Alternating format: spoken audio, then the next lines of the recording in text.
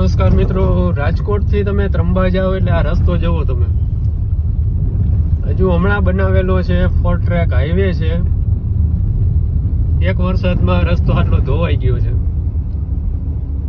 આમાં કોઈ એક્સિડન્ટ થાય તો જવાબદાર કોણ? મોટા મોટા ખાડા થઈ ગયા છે મિત્રો રસ્તામાં. રાજકોટ ભાવનગર હાઈવે છે. રાજકોટથી તમે ત્રંબા જાઓ એટલે આ રસ્તો આવે છે. અહીં વાહન રાતે નીકળે તો રાતે આ ખાડા દેખાય એમ નથી. આમાં કોઈ એક્સિડન્ટ થાય તો એના જવાબદાર કોણ? જે આ રસ્તો બનાવેલ છે, જે કંપની છે, એ લોકો સુધી આ વિડીયો પહોંચે એવી આપણે ટ્રાય કરી, પ્રયત્ન કરીએ કે વહેલાસર આ રસ્તો ફરીથી રિપેર થઈ જાય. અહીં જોઈ શકો છો કેવડા મોટા ખાડા છે. અહીં જોઈ શકો છો મિત્રો તમે, કઈ વાહન ચલાવવું ખૂબ મુશ્કેલી ભર્યું છે. માંડ 10 ની સ્પીડમાં ગાડી, 10 નહીં પણ સાવ ધીમે તમારે ચલાવવી પડે છે. અહીં જોઈ શકો છો તમે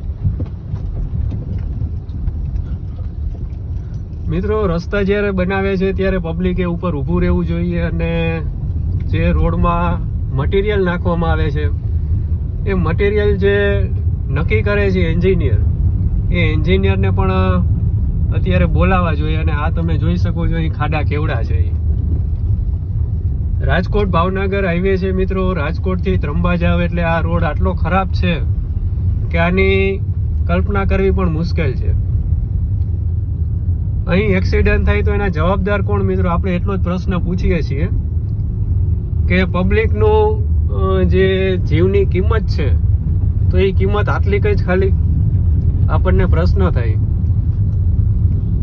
કે આમ નાગરિક માટે, પ્રજા માટે રસ્તો છે, જે સરકારી કર્મચારી આ રસ્તો બનાવે છે, તો એ લોકો સુધી આ વિડીયો પહોંચે અને વહેલાસર આ રસ્તાનું સમારકામ, રિપેરિંગ કામ કરી આપે એવી આપણે વિનંતી કરીએ છીએ. અને પબ્લિકને પણ વિનંતી કે આ વિડીયો એના સુધી આપણે પહોંચાડીએ તો જે આપણે વિડીયો ઉતારીએ છીએ એનું લેખે લાગશે.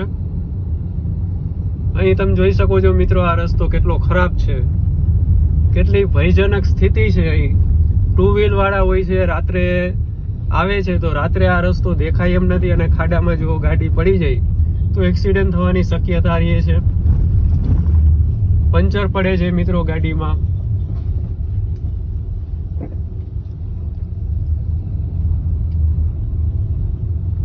અહીં જોઈ શકો છો રસ્તો કેટલો ખરાબ છે. હજી રસ્તો બન્યો એને થોડોક સમય થયો છે મિત્રો. ત્યાં જ આ રસ્તો પહેલા વરસાદમાં આટલો ખરાબ થઈ ગયો, તો તમે વિચારો કે હવે આ રસ્તો કેવો બની જશે.